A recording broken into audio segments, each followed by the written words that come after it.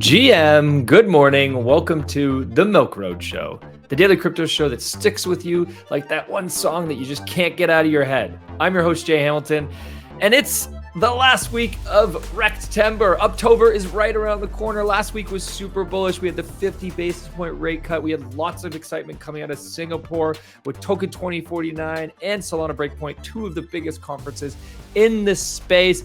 And if you're anything like me, I know you guys have got bags in Solana. It's super important investment for all of us. So we wanted to make sure to give you guys the download on what happened at Solana Breakpoint, Solana's biggest annual event. We have joining us today the head of growth at Milk Road and head of social, Raul. We're going to talk about infrastructure and Firedancer, what's going on with Firedancer. Is that ready to launch? When can we expect that? We're going to talk about a lot of payment stuff that came out of the conference. PayPal, Visa, Circle, all building on Solana because payments are the future on chain. And then, of course, we're going to talk about what are the apps that are being built, the real use cases, DeFi, DePIN, a lot to highlight there. Now, before we jump in, super exciting. This Wednesday, we have an AMA in our Milk Road Pro Discord. That's right. You have to be a pro member to attend this event. But if you have any questions about your investments right now, if you're having any issues with DeFi or investing or anything you want to know more about, this is the place to answer your questions. So if you're pro, make sure you show up. This is Wednesday, September 25th at 12 p.m. Eastern in our Discord. Link is in the show notes. If you're not a pro, you might want to go pro today.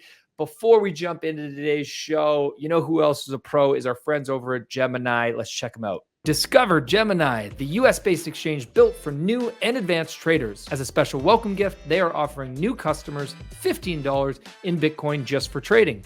At Gemini, security is the top priority. As a licensed full reserve exchange and custodian, your assets are well protected. Plus, they offer cutting-edge security features like passkeys to keep your accounts safe. This exchange is setting the standard for compliance and innovation so you can trade with confidence. Head over to gemini.com/milkroad and start trading today to earn your $15 in Bitcoin. Sign up now and get ready to join the trading fun. Raul, what's going on, my man? You're back from Singapore. How are you feeling? You exhausted? GM. Yeah, I just had an 18-hour journey. I did 4 hours ago, came straight to back-to-back meetings, some work to do, and now we're here. Exciting. That's right. The milkman never sleeps. Okay, give us the set some context here. How many people were at Solana Breakpoint? What did the event feel like for those of us who weren't there? Yeah, it was absolutely electric. The whole city was basically filled with crypto people. I estimate over 40,000 people in total in Singapore over the course of last week. But at Solana Breakpoint, which we're going to focus on today, officially, I think there were 6,000 tickets. Initially, they sold 5,000, and that was the cap.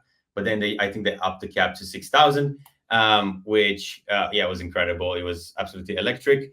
And just for some context, just like how it felt very much like an Apple event.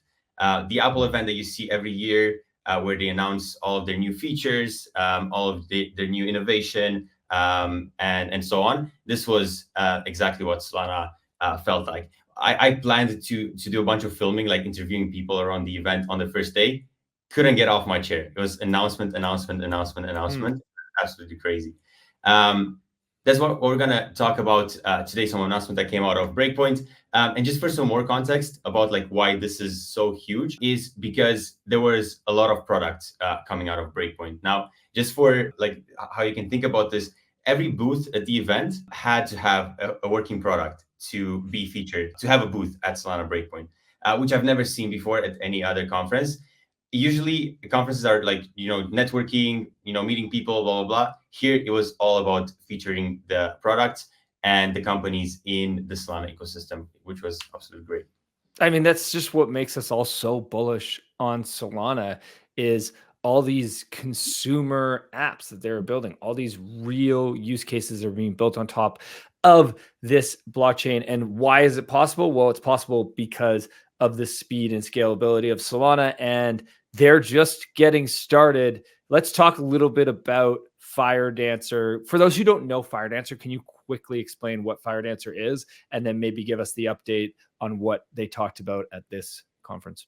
Yeah, so Solana is probably one of the fastest and most scalable blockchains already, but they have this mega upgrade that Jump, which is a developer team, are working on called Firedancer, which will basically take the scalability of Solana up by orders of magnitude. Basically, it will take them to be able to settle 1 million transactions per second from the current like 50, 60,000. And this is basically what Solana needs to support the big apps, the big use cases that we're also going to talk throughout this episode. What they announced at the event was that Frankendancer, which is like the test of Firedancer, is now live on mainnet, and Firedancer is live on testnet. So we're getting very close to a launch. Oh, that's super exciting to see that. When we think about Firedancer, obviously the speed is what matters.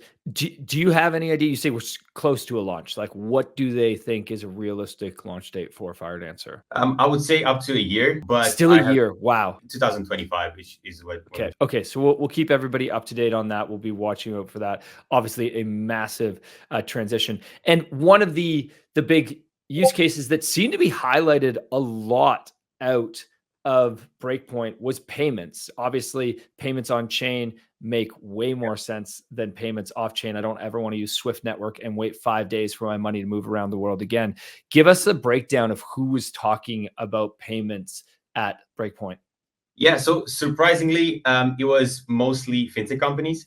So PayPal came on stage and talked about why they chose Solana for the payments. They mentioned that crypto is too big to ignore. They also mentioned that Ethereum is not a good fit for what they need. They need a lot of transactions per second.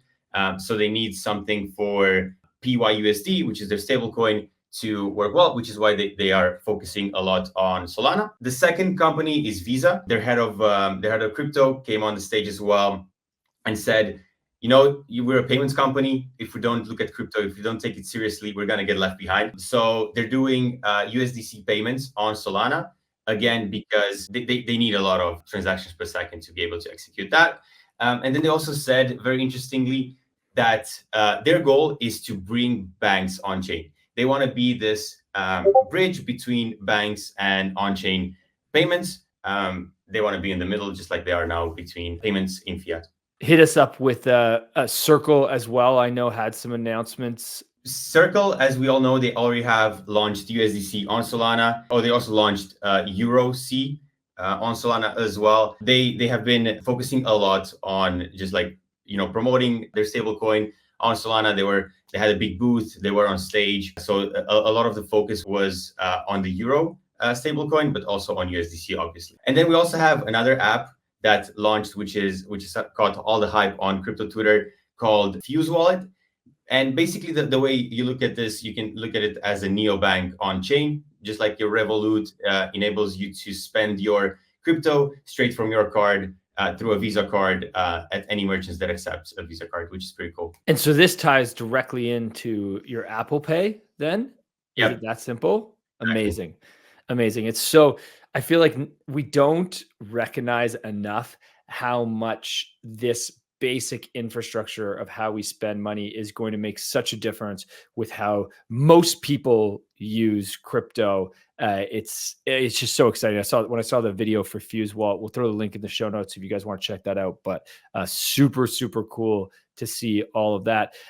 That's not all. There's also bunch of banks that were excited and are participating as well in using Solana. What's going on from our friends over at the legacy banks? Staying up to date. So it's not only fintech companies that are building on Solana. Citibank announced that they're also launching on Solana, and Societe Generale has also announced that they're gonna use euro-dominated stablecoin on Solana. And then you have other, TradFi companies like Franklin Templeton announcing a money fund on Solana. You have Securitize. They partnered with Wormhole, and Securitize is basically the issuer for BlackRock's Biddle fund. It's BlackRock, which is huge. And then you have, obviously, we mentioned PayPal, Visa, Circle, and I think Van Eck as well is doing stuff on Solana. So it's a lot of big fintech companies and big banks, paying attention in this space. Although I must say that the banks did speak about crypto as like they were a bit PR trained, like from a BD. While PayPal and Visa were very like native. They used on crypto lingo, and that was more natural in my opinion. They spelled on chain without the dash between on and chain. So Unlike Circle, man, you got to get with the program. come on, guys. Come on. Okay, so we've got a lot of positive news on what the devs are building for Solana, continuing to improve the infrastructure. Firedancer is coming in the next year at some point. We'll keep you guys up to date. But obviously, their network is improving and moving towards 1 million transactions per second, which is unbelievable to think that that will be possible in the next year, which will obviously enable so many use cases. And then payments doing really well. A lot of use on Solana. We talked about PayPal last week. Go back and check that episode if you haven't already. Also, another episode you guys might want to go back and check out is the stablecoin episode we did where we talked about all the different stablecoins, because there's a real race and a war to who can win the stablecoin battle. So super exciting to see all that. Let's jump into some apps though. DeFi, DePIN, two big topics, a lot of talk on them out of Solana. Would love to just run through. I've got a whole bunch of announcements on the app side. Start us out with Maker, a project that a lot of our listeners are invested in, a lot of pro members are invested in. What an announcement did Maker make? Yeah, I mean, infra is no good if you don't have apps, right? So Maker is one of the apps that we're going to talk about today. Should we call it Sky, actually? Do we call it Sky? Do we call it Maker? We have to call it Sky. They had a big launch party in Singapore, which is pretty cool. But yeah, Sky expanded to Solana. They're basically going to have their same products on Solana, which is pretty cool. Then we have another app, Travala, also enabling Solana support. Then you have apps that are already native in Solana doing some cool things. For example, Jupiter, they bought 2 companies and launched a mobile app, which is very cool that they allow you to do, frictionless transactions on the go through their app. Then you have Scaramucci, who's the founder of Skybridge. He's a big TradFi guy, and his prediction is that real world assets are going to be tokenized on Solana, another use case. Then you have Coinbase announcing their CBBTC on Solana, which is basically a tokenized version of Bitcoin, but on Solana they already have this on Base as well. You have Shopify, basically available through Blinks on Twitter. So you can interact with Shopify through a Blink, which is a tech developed by Dialect, and basically just buy any product on Shopify through an on-chain payment, which is supported in the backend by Helio Payments, which is a payment processor on Solana as well. And then there's a bunch of other talk about, DePIN was a massive talk point at Breakpoint, with Helium leading the growth there.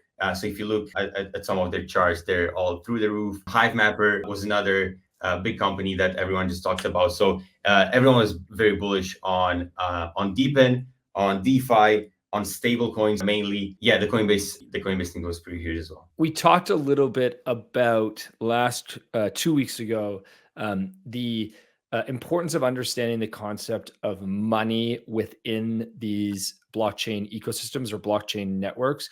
Obviously, within Ethereum, their money is ETH, and you use their token. Within Solana, their money is Sol. But I just want to come back to Coinbase launching CBBTC, which is basically a version of a wrapped Bitcoin that can be represented. They launched it first on Ethereum, on Base. Now they're launching it on Solana very quickly. Any thoughts on the impact that CBBTC, this version of a wrapped Bitcoin, could have within the Solana ecosystem? Yeah, that's hard to say, to be honest. It basically brings, a lot of utility for Bitcoin to be used on chain. That doesn't really have any other use cases than, store of value. But being built, on Ethereum, there's also a wrapped Bitcoin on Ethereum, or on Solana. It allows you to do a lot of different stuff with your Bitcoin, since it's essentially just a token on that chain. So it can have a lot of different use cases for Bitcoin holders for sure, which is also pretty cool that there was a lot of Bitcoin people and Bitcoin boots and Bitcoin company, at Solana, which is pretty cool. This was not one of them. Let's just chat a bit about Helium and Hivemapper, because these are two use cases. For everybody listening to this who is not a Helium phone user, just give us the background on what Helium is and what they're doing, because it is pretty incredible. Really, outside of DeFi, maybe the largest consumer app that is reaching to the masses on Solana or on any chain for that matter? Yeah, so basically Helium has built this huge network of hotspots, which anyone can buy and plug into their house. And by plugging it into their sockets at home, they can give basically 5G data to anyone that's in a close range to that hotspot. And in return for that, they get paid in Helium tokens. So they're basically decentralizing the way that 5G data is distributed. So instead of it all coming from like a satellite and going all over, they can do it in a distributed manner. Why does that matter? Because they can provide a cheaper plan for 5G data. So we all know that Helium has launched a $5 mobile plan. I think it's like 20 or 30 bucks now, but it's still significantly cheaper than anything else that the big telecom players are providing. And again, it's only possible because it's on chain. Yeah, it sort of can very much tie to the analogy of one of the big objectives of crypto and blockchain is to enable 3 billion people around the world who are unbanked to bring the unbanked into a financial system where they can have access to basic banking features and banking products. Well, in the same way, Helium can do that with telecom. It can bring telecom service to people who maybe can't afford it or need a cheaper version, or maybe are in a rural area where there isn't good connectivity. And now the community can band together and they can be paid to provide connectivity to their community. There's so much that can come out of that. Super exciting to see. Okay, when you step back, you spent a full week in Singapore, Raul. You weren't just at Solana Breakpoint, you were also at Token 2049. How you feeling on the space as a whole, where builders are at, how money is being spent on the ground at these conferences? Yeah, look, so let's start with my money being spent. My kind of takeaway is that this space is still very immature. Now, I'm also very young, but the immaturity that I've seen in Singapore is through the charts. Like the side events that I've seen were just insane. Probably spend like millions of dollars on like hosting these events, and the participants didn't even know who was hosting the event. So all these marketing spend, I feel like it is just money being thrown out. And that makes sense because there's a lot of money in crypto, and all of these, founders and CEOs of different crypto companies, they have, loads of money because of, launching tokens and whatnot. But I just think that, we kind of like need more professional people in the space that are just heads down building instead of just like focusing on marketing primarily. So that was my kind of take that I would basically improve, just like tone it down. You don't have to spend 2 million on a side event. In the fanciest club in Singapore. Then another thing that I feel right now is that people are overly bullish right now. They're very euphoric after what happened last week. It was electric. It was a lot of, different big banks, fintech companies. There were like a lot of different brands attending both Token and Solana Breakpoint. And I think like people have just gotten euphoric about it. And I think mainly because of Firedancer, launching this like a huge upgrade. But I do think that we need to keep an open mind and just like step back for a second and think that this is just like the beginning, basically. The fact that Solana can support all of this, all of these transactions, all of these apps is just the first step. The next step is how do you get users to actually use, the infrastructure that they've just built. So the next step, which I think is much more harder to solve, is demand. How do you attract demand? How do you get users? You need apps. How do you attract developers to build apps on chain? I think Solana is heading in that direction, but there's just like a lot more work to be done. So I just this is just like a call to action to like just keep a cool head. Don't get overly euphoric. And then lastly, on a just like bullish note, I just feel like Solana is the most consumer focused chain by far. I've also been at ECC in the summer, and this has just been through the charts. Like everyone had to have a working product to have a booth. There was all of these announcements that we just talked about launching like one after the other, and we didn't even cover everything. We probably missed some stuff, and it's all being built the user in mind. Like how can a user use this product right now, and not we don't want to sell them a false hope in that they can get something in the future. We want to build this right now. I mean, there was 2 phones launched last week, Solana Seeker and Jumbo, two hardware, which kind of fits into the infrastructure, but we didn't cover that much today. I think it's really We're at a great time right now. This is what we've been saying for weeks. I know we sound overly bullish on the show right now, but that's because we have good reason to be very bullish. You have Singapore, you have two of the biggest conferences. I mean, Raul, if your numbers are right, 40,000 people being there, that's incredible. That is so bullish. Just that number of people showing up, being active in the space. And then you have the biggest payment companies in the world, all building on chain, all recognizing that stablecoins are the best way to send money. You have incredible use cases and builders in DeFi and in DePIN, solving real world problems and having actual users come back. I mean, just look at Helium's chart over the past month. It's incredible to see their growth. I think we will not always be a space that is only for gambling and speculation, even though we are mostly for that right now. And that is something that is a future that we all want to believe in. That's not only good for our bags, but also a good thing for the planet. Not just, hey, we created a bunch of meme coins and you can go trade them on Solana really easily and really cheap. Raul, thanks so much for joining us today. Everybody listening in, I want you guys to know tomorrow we've got an episode breaking down the bull and bear case for Solana. Where do we think Solana's price action is going to go? We have Matthew Siegel, one of the leaders over at Vanek, joining us to break that down for us. So make sure you tune in. Tomorrow's episode is going to be great. Make sure you check out the AMA on Wednesday. If you're not a pro member, you might want to go pro to join that. As always, thanks so much for joining in, everybody. Hit the subscribe, hit the like, hook us up. We appreciate you guys so much. Have a wicked, awesome day. As always, if you liked today's episode, please hit subscribe and make sure you follow us so you don't miss out on the next one. There's also a link in the description to our free 5-minute daily newsletter where we simplify crypto for you while making you laugh. And if you're willing to step up your crypto investing game, we're going to also leave a link for Milk Road Pro. You get access to our portfolio where you can see exactly what we are buying. This is your number one resource to help you invest successfully in crypto. One final note. This show is for educational purposes only, and nothing we say is financial advice. Investing in crypto or any asset is risky, and you should never invest more than you can afford to lose. Thanks so much for listening in, my friends. Have a wicked awesome day.